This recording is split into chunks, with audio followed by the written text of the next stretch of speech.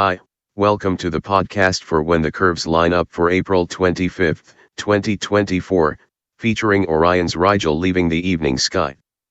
Please see the article that includes diagrams of today's events on the website at whenthecurveslineup.com. Text by Jeffrey L. Hunt. In Chicago, sunrise occurs at 5:55 a.m. Central Daylight Time, followed by sunset at 7:43 p.m. The stars that shine from the southern sky during winter are in the western sky after sundown during April's evenings. One by one the bright stars disappear into evening twilight. The last appearance of a bright star in the evening sky is known as its heliacal setting. These disappearances are from Earth's revolution around the Sun. As our planet revolves around the central star, stars appear east of the Sun and then behind it. Weeks later, they appear west of the Sun in the eastern morning sky. The annual westward migration of the stars serves as a celestial calendar. Appearing less than 10 degrees up in the west 1 hour after sundown, Orion's Rigel is the first bright winter star to disappear into evening twilight. For Chicago's latitude, this occurs around the 30th. Like the first appearance, known as the heliacal rising, the disappearance depends on local weather factors and obstacles at the horizon. Sirius' heliacal setting is May 11th. On clear evenings, look for these stars in the western sky. We say goodbye to Rigel until it reappears in the eastern morning sky during late July. Here is today's planet forecast. In the morning sky. Before sunrise, the bright moon is in the southwestern sky. 1 hour before daybreak, the lunar orb, 98% illuminated, is less than 15 degrees above the southwest horizon.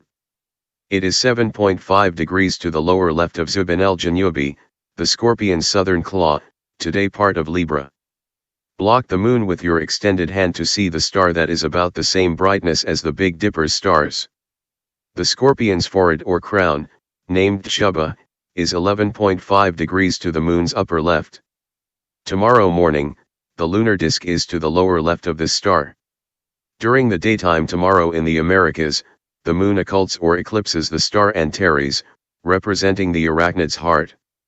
The event is visible for sky watchers along a large swath of real estate and ocean from Indonesia, across southern India, and ending in eastern Africa and the Middle East.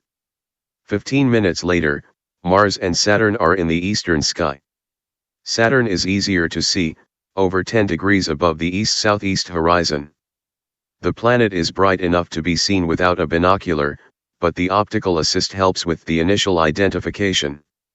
Mars, slightly brighter than Saturn but lower in the sky, mixes with the colorful hues of morning twilight.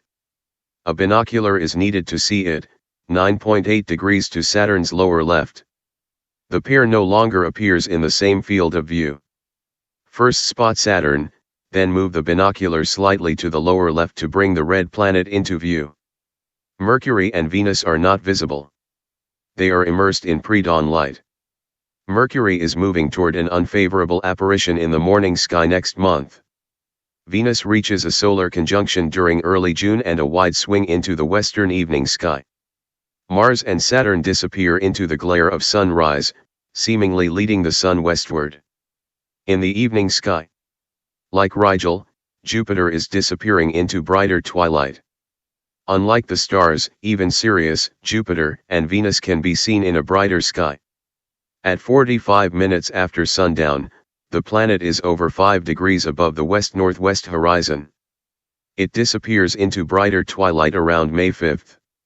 This evening, look for Aldebaran, Taurus' brightest star, nearly 20 degrees to Jupiter's upper left. Jupiter sets 85 minutes after sundown. The waning moon rises later each night, tonight over 2 hours after nightfall. As the midnight hour approaches, the lunar orb, 95% illuminated, is almost 15 degrees above the southeast horizon. The moon is in front of Scorpius, 2.5 degrees to the lower right of Shuba and 7.8 degrees to the upper right of Antares.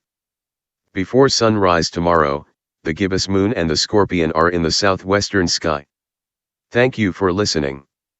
Please read the articles at whenthecurveslineup.com.